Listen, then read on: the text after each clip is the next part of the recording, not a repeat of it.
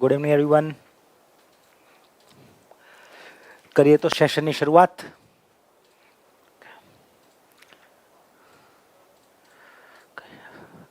Live થઈ ગયું છે કઈ જોડે એકવાર. ઓકે ઓકે ચલો. ઓકે, તો આપણે લાસ્ટ 2 લેક્ચરથી સંખ્યા પદ્ધતિ જોઈ રહ્યા છીએ. બરાબર, આ ચેપ્ટર સૌથી લાંબુ ચેપ્ટર કહી શકાય. હા, આનાથી લાંબુ ચેપ્ટર કોઈ નહીં હોય. બીજા બધા જ ચેપ્ટર 1 લેક્ચર 2 લેક્ચરમાં પતી જાય. પણ આમાં ઘણા બધા કોન્સેપ્ટ હતા, એટલે આપણે આ ત્રીજો લેક્ચર પણ શરૂ કરીએ છીએ. ઓકે, તો આજે 2 છેલ્લા કોન્સેપ્ટ આપણે આ ચેપ્ટરમાં જોવાના બાકી છે. ઓકે, ચલો મિત્રો, ગુડ ઇવનિંગ બધાને. તો એ કોન્સેપ્ટ કયો છે એના ઉપર ડાયરેક્ટલી આપણે આવીએ વિધાઉટ વેસ્ટિંગ એની ટાઈમ. એ કોન્સેપ્ટનું નામ છે સમાંતર શ્રેણી. સરસ મજાના પ્રશ્ન આમાંથી પૂછાતા હોય છે. બરાબર, સરસ મજાના પ્રશ્ન આમાંથી પૂછાતા હોય છે. રેગ્યુલર દરેક પરીક્ષામાં એકાદ પ્રશ્ન જોવા મળે જ છે. તો સૌથી પહેલાં જાણીએ આપણે સમાંતર શ્રેણી કોને કહેવાય. જો શ્રેણી એટલે ઘણા બધા પદ લાઈનમાં હોય, અને સમાંતરનો મતલબ આવે જે બધા પદ સમાન અંતર ઉપર હોય. સમાન અંતર એટલે દરેક વચ્ચે તફાવત સરખો હોય, એને શું કહેવાય? સમાંતર શ્રેણી. સમજાય છે? ઓકે, ચલો મિત્રો, જય હિન્દ બધાને. જય હિન્દ. હવે બધા ફોકસ કરશે લેક્ચર ઉપર. ઓકે, તો સમાંતર શ્રેણીનો તમને એક્ઝામ્પલ પણ આપીશ, પણ પહેલાં આપણે સમજી લઈએ કે જો સમાંતર શ્રેણી કઈ પ્રકારની હોય. તો ધારો કે હું કોઈ પણ એક શ્રેણી શરૂઆત કરું અને પહેલું પદ એ નામ આપું. આ એક સંખ્યા છે એ નામની. હવે આ સંખ્યામાં અમુક વસ્તુ ઉમેરું છું. લેટ્સ સે હું ઉમેરું છું ડી. તો આ મારું પહેલું પદ. બીજું પદ, એમાં ડી નો વધારો થયો. જો સમાન અંતર એટલે સરખા અંતરે બધી સંખ્યા હોય. હા, સમજાશે. ઓકે, સમજાશે. આગળ કોઈ લેક્ચર નહીં જોયા હોય તો આ સમજાશે. પહેલું પદ તમારું એ છે. હવે હું દરેક પદ વચ્ચે ડી નો તફાવત રાખું છું. સમજજો. તો મારું બીજું પદ બેટા એ પ્લસ ડી કહેવાય કે ના કહેવાય? આ સંખ્યામાં ડી નો વધારો થયો. આ મારી બીજી સંખ્યા. પછી મારી ત્રીજી સંખ્યા શું લખાય બેટા? તો કે એ પ્લસ 2d લખાય. સમજાય છે બધાને? પછી મારી ચોથી સંખ્યા શું લખાશે? તો કે એ પ્લસ 3d. આ રીતે કોઈ પણ શ્રેણી હોય અને તમે ચેક કરો દરેકમાં તફાવત કેટલો છે બેટા. આ બંને વચ્ચે કેટલું અંતર? તો કે ડી નું અંતર. જો આમાંથી તમે આ બાદ કરો, એ કપાઈ જાય તો ડી વધે.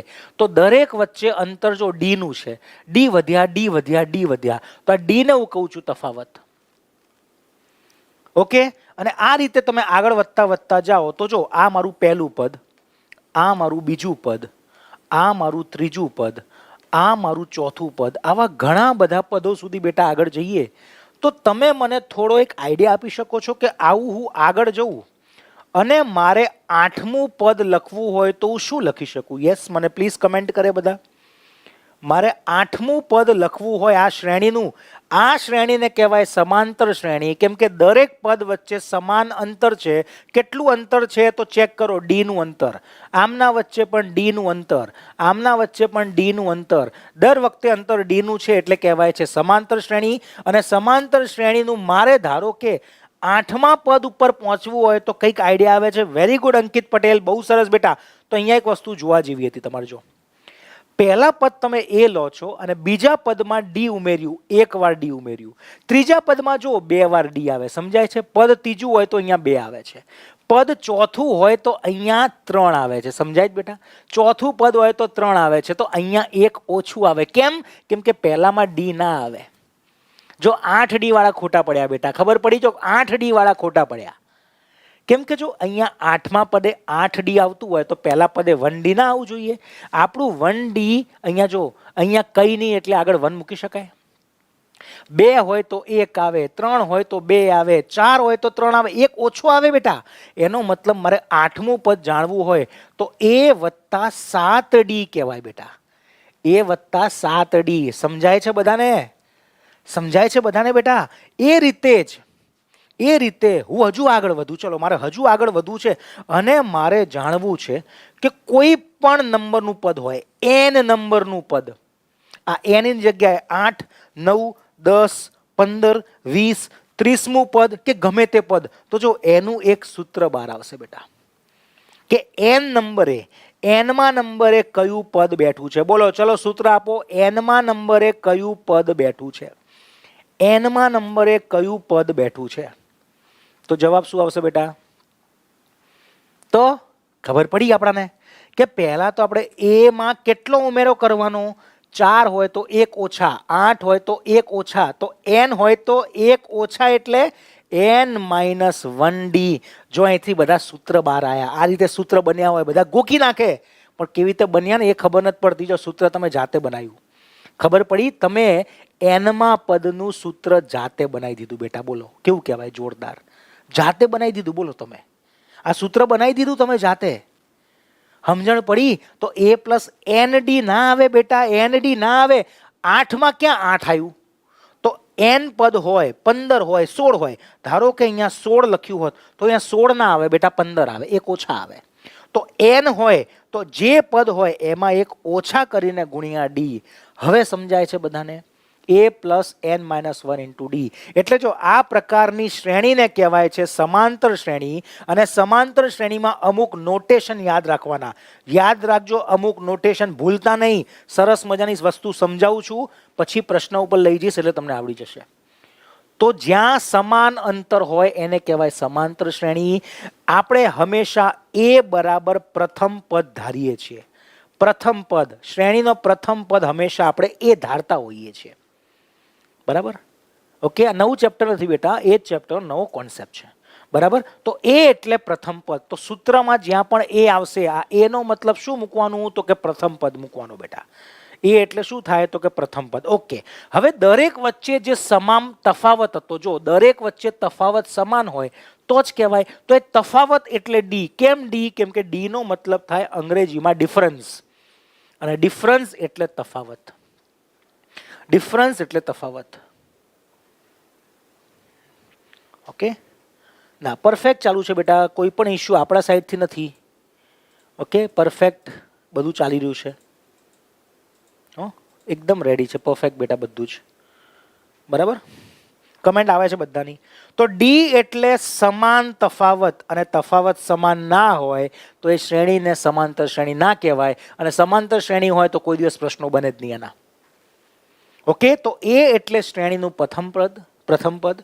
દરેક વચ્ચે જે તફાવત છે એને આપણે શું લેવાનું? તો કે ડી. ડી એટલે સમાન તફાવત. બેટા ખબર પડી બધાને? ઓકે, ઠીક છે. પછી આ પ્રકારની શ્રેણી ઘણી બધી સંખ્યા સુધી જાય. તો આ 1 2 3 4 આ ગણતરી, આ કુલ કેટલા પદો છે એને આપણે કહીશું n. n નો મતલબ કુલ પદ. કુલ પદો એને શું કહેવાય બેટા? n. n એટલે કુલ પદો. n એટલે કુલ પદો. તો જો અહીંયા હું 8 સુધી ધારો કે મેં લખ્યું હોત તો કુલ પદો કેટલા કહેવાય બેઠા? તો કે 8. 8 મારા કુલ પદો. ઓકે, 8 મારા કુલ પદો. જો નોટિફિકેશન ચેક કરજો બેટા, હું અત્યારે ફરી એકવાર નાખી જોઉં છું નોટિફિકેશન બધાને મળી રહી છે કે નહીં. જો એકવાર હું ફરી નાખી જોઉં છું બધામાં નોટિફિકેશન ચેક કરી લો તમે. નોટિફિકેશન મળે છે કે નહીં તમને? જો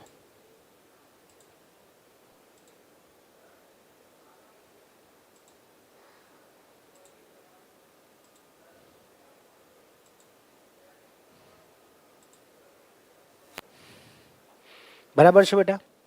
તો એ એટલે પ્રથમ પદ, ડી એટલે તફાવત, અને કુલ પદો ભૂલ ના કરતા. કુલ પદો. હવે n-1 કેમ કર્યું? તો હાર્દિકભાઈ આખું સમજાયું બેટા મેં. પહેલેથી તમે જોડાયા હો તો વાંધો ના આવે, કારણ કે બીજા પદમાં આપણે ડી ઉમેરીએ છીએ તો બીજા પદમાં 1 ઓછો થાય છે, ત્રીજા પદમાં 1 ઓછું થયું, ચોથા પદમાં અહીંયા 1 પદ ઓછું થાય છે, 8મા પદમાં 1 ઓછું થાય, એટલે nમું પદ હોય તો એમાં પણ 1 ઓછું થાય કે ના થાય બેટા? આ સમજવા માટે છે. ઓકે, તો n એટલે કુલ પદો. અને અહીંયા n માં નંબરે અહીંયા જે સંખ્યા બેઠી છે ને બેટા, અહીંયા જે સંખ્યા બેઠી છે એને કહેવાય nમું પદ. એને કહેવાય nમું પદ. nમું પદ tn તરીકે પણ લખાય, અથવા મારે એને છેલ્લું પદ કહેવું હોય તો એ લાસ્ટ ટર્મ l તરીકે પણ લખાય છે. તો l અને tm નો મતલબ n માં પદે જે માણસ બેઠો હોય. સમજો n નો મતલબ શું? કુલ સંખ્યા. જેમ કે હું 8મા નંબરે બેઠો છું, ધારો કે એક લાઇનમાં સીટ છે, એક લાઇનમાં બધી સીટ છે, અને હું 8મા નંબરે બેઠો છું, તો હું નંબર 8માં બેઠો છું, પણ 8મા નંબરે કોણ બેઠો છે? તો કે હું બેઠો છું. તો હું જે સંખ્યા છું એને કહેવાય એનમું પદ. બંનેમાં ડિફરન્સ સમજાય બેટા? એન એટલે કુલ પદ, કે ભાઈ આ શ્રેણીમાં 10 પદો છે, પણ 10મા નંબરે જે માણસ બેઠો છે એને કહેવાય 10મું પદ. સમજાય બેટા? એને કહેવાય 10મું પદ. ઠીક છે? તો એ એનમું પદ એટલે કાં તો ટીએન વડે લખવાનું અથવા એલ વડે લખવાનું. એલ એટલે અંતિમ પદ પણ કહી શકાય. તો તમે એનું સૂત્ર બનાવ્યું કે ના બનાવ્યું જાતે? કે મારે એનમું પદ શોધવું હોય તો સૂત્ર શું? તો કે એ વત્તા n-1 ગુણ્યા ડી. આ તમારું પહેલું સૂત્ર આ સમાંતર શ્રેણી માટે. કોઈ પણ શ્રેણીનું મારે એનમું પદ, એનમું એટલે છેલ્લું હોય કે 8મું હોય કે 20મું હોય, કે આ રીતે શ્રેણી આગળ વધતા વધતા મને એવું પૂછે કે ભાઈ 30મા પદે કોણ આવશે? 30મા પદે કોણ આવશે? તો એ પ્રથમ પદ વત્તા અહીંયા 30 મૂકી દેવાનું, 30 - 1 ગુણ્યા તફાવત, દરેક શ્રેણી વચ્ચે જે તફાવત હોય એ મૂકી દેવાનું. એટલે આને કહેવાય એનમું પદ. સમજાય છે બધાને કે નહીં? સમજાય છે કે નહીં મારા વાલાઓ? મને કહો. તમને હું 3 સૂત્ર આપવાનો છું અને સરસ મજાના તમને હું બનાવીને બતાવી રહ્યો છું, એટલે તમે ક્યાંય ભૂલો નહીં. ઓકે? તો એન એટલે કુલ પદ, એ એટલે પ્રથમ પદ, દરેક વચ્ચે તફાવત એટલે ડી, અને કોઈ પણ જગ્યાએ કોઈ માણસ કોઈ સંખ્યા બેઠી છે એ સંખ્યાને કહેવાય એનમું પદ, 8મું પદ, 9મું પદ. ત્યાં 9 બરાબર સંખ્યાઓ થાય કુલ, અને 9મા જગ્યાએ જે બેઠો છે એને કહેવાય 9મું પદ. રેડી છે? હવે હું તમને એક્ઝામ્પલ સાથે સમજાવું બેટા. બરાબર? એક્ઝામ્પલ સાથે સમજાવું. ઓકે છે? ચલો ઠીક છે. હવે જો આ એક મેં એક્ઝામ્પલ લીધો, આને કહેવાય સમાંતર શ્રેણી બેટા. આને કહેવાય સમાંતર શ્રેણી. હવે સમાંતર શ્રેણી 2 પ્રકારથી આપી હોય છે, સમજજો. ઓકે? ગૂંચવાળો ઊભો થાય છે, હજુ તો ગૂંચવાળો મસ્ત ખુલી જશે, ચિંતા નહીં કરવાની. સમાંતર શ્રેણી 2 પ્રકારની છે, સમજજો. આખું આના અંદર બધું રિપીટ થઈ જશે, ચિંતા ના કરશો. એક આ રીતની સમાંતર શ્રેણી, તેમાં તમે જોજો પ્રથમ પદ તો હંમેશા આપ્યું જ હોય, શ્રેણી આગળ વધે એટલે તફાવતે આપ્યો હોય. અમુક શ્રેણીમાં આગળ વધતા વધતા તમને છેલ્લું પદ પણ આપ્યું હોય, તો આ તમારા માટે કોણ કહેવાય? આ તમારા માટે ટીએન કહેવાય અથવા એલ કહેવાય. સમજાય છે બેટા? છેલ્લે જે બેઠો છે એનમાં જગ્યાએ જે માણસ બેઠો છે એને કહેવાય એનમું પદ. તો એક આ પ્રકારની શ્રેણી આપ્યું હોય, સમાંતર શ્રેણીમાં 2 રીતથી આપ્યું હોય, સમજજો. 2 રીત સમજવાનો પ્રયત્ન કરજો.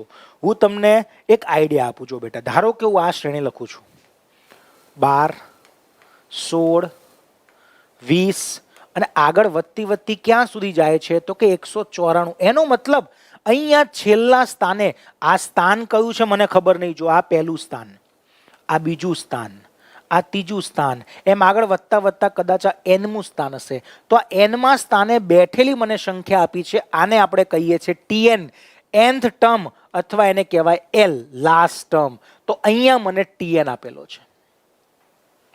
સમજાય છે બધાને? બરાબર? બીજી તમને શ્રેણી આ પ્રકારથી આપી હોય તો સમજો બેટા. કદાચ તમને આવું આપ્યું હોત 12, 16, 20, કે આવી શ્રેણી કે આગળ વધતી જાય છે, પણ એમાં 15 પદો છે, કુલ 15 પદો સુધી આ રીતે વધે છે. તો હવે મને કહો આ 15 શું છે? હવે મને તમારે કહેવાનું કે આ 15 શું છે?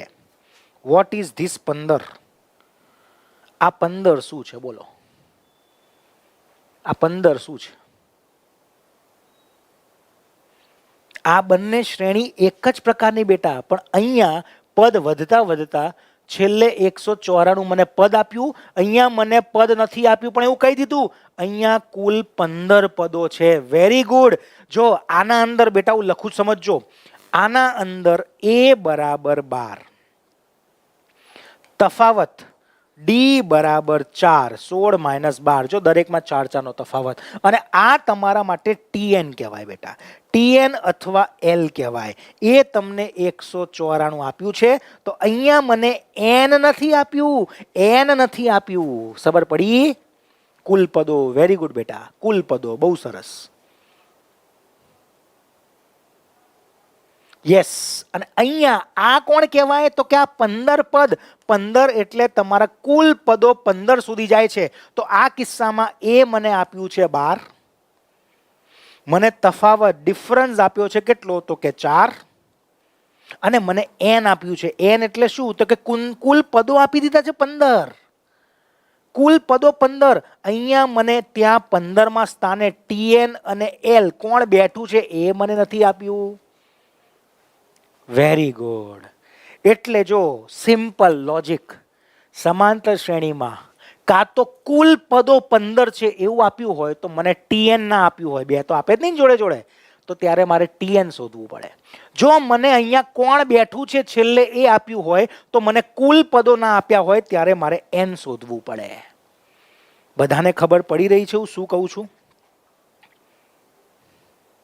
બધાને ખબર પડી રહી છે હું શું કહેવા માંગુ છું? બધાને સમજાઈ રહ્યું છે હું શું કહેવા માંગુ છું? બસ. તો જો એલ આપ્યો હોય તો એન શોધવો પડશે, એન આપ્યો હોય તો એલ શોધવો પડશે. એટલે બે સૂત્રની જરૂર છે. રિઝનિંગમાં હવે જુદી શ્રેણીમાં મહિપાલભાઈ બેટા, આ મેથ્સની શ્રેણી છે, રિઝનિંગની જુદી. આ સમાંતર શ્રેણી, સ્પેસિફિક સમાન અંતરે ચાલતી શ્રેણી. તો બે પ્રશ્ન તો તમારા અહીંયા જ બની ગયા. શું ખબર છે? આ રીતની શ્રેણી આપી હોય એલ શોધો અથવા ટીએન શોધો, આ રીતની શ્રેણી આપી હોય અને એન શોધો. બોલો ખબર પડી બેટા? ખબર પડી?